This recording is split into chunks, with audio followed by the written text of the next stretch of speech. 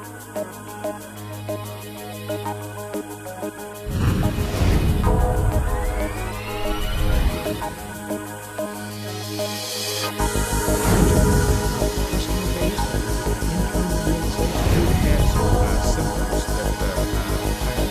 program was filmed at Scope West in Las Vegas. I'm pleased to welcome Supply Chain Brain Managing Editor, Bob Bowman. Let's take a look at the supply chain journey of Mitsubishi Caterpillar forklifts with my guest today, Saravana Sigamani, who is Value Stream Manager of Mitsubishi Caterpillar Forklifts America. Saravana, welcome to the program. Well, thanks, Bob. Let's talk about some of the business challenges that Mitsubishi Caterpillar was facing that started out this whole initiative.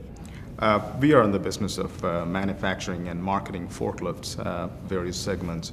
Our business challenges span over a decade, about 10 years.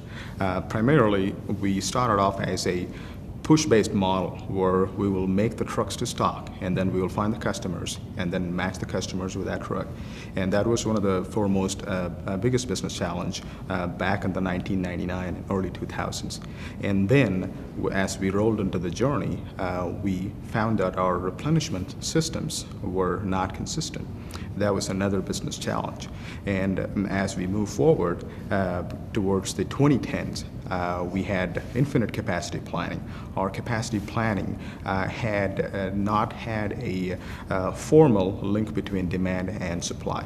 These were three primary business challenges we faced over the span of 10 years. Did you learn that from your customer base, or was it an internal realization? How did you come to this point where you knew that it was time for a change? We've had some symptoms that kind of drove these problems to the surface as we found more ways to efficiently make forklift trucks from a profitability perspective and sustaining the customer base and increasing the market share as well. This is a partnership with various as commodity suppliers as well, like JDA is one of them we partnered with in the 1999, early 2000 timeframe. That point in time, we were a Mapix-driven MRP plant system. JDA came into picture in 1999 when we moved from Mapix to BPix, and we integrated JDA's factory planner solution to our ERP system. Mm-hmm. So we had partnered with them alongside in the early 2000s for solving these business challenges we were talking about earlier. But now it was time for the next step forward, clearly. Yes. So what were some of the aspects of the solution that you came upon in order to address these challenges? Good. The solutions were not in the form of a magic silver bullet. We took a phased approach over a period of a decade as the problems were spanning out. First, we took a look at our systems to see how are they integrated from a perspective of, is our model supporting our systems? The second part of the solution was more internal. We had the JDA folks come over and help us. The second part was the lean transformation inside the company. We wanted to get our ducks in a row first before we go to the suppliers and say, you have to be more efficient. So we spun out a program called Velocity. Velocity is a lean deployment program that was developed by MCFA, by our folks inside MCFA, which is a cross-functional program. And we found some major burning platform issues, one of which was the inconsistent replenishment process that I was talking about earlier. This Velocity helped us integrate all those replenishment processes back all the way from the suppliers to our warehouse, and from the warehouse to the lines. Mm-hmm. So we formed formalized replenishment processes by having pull-based system, Kanban, JIT, and Min-Max. We wanted to go in this direction of a formal 3 replenishment triggers from 23 replenishment triggers we had at one point of time. It helped us a lot in realizing a lot of waste. A lot of the 7 types of waste we see surfaced up as we did this lean program over the past 4 years. This happened in early 2007, and we did this transformation for about 2.5, 3 years. We gained a lot of ground from an on-time delivery perspective. Our inventory levels have gone down dramatically. Our on-time performance went up by about 40%. To our CSD, we call it customer committed shipment date. It went up from about 60 to 95% with this program. So from a solution perspective, where we are right now in 2011, we wanted to take a look at our bullwhip effect on our supply chain as to what kind of inconsistencies in our supply and demand spikes that were created inside the organization that gets traveled all through the supply chain. So we partnered with JDA again, and we've formed a model that incorporates level scheduling and scheduling stability. So that was the most recent transformation we made, which helped us improve our on-time starts tremendously.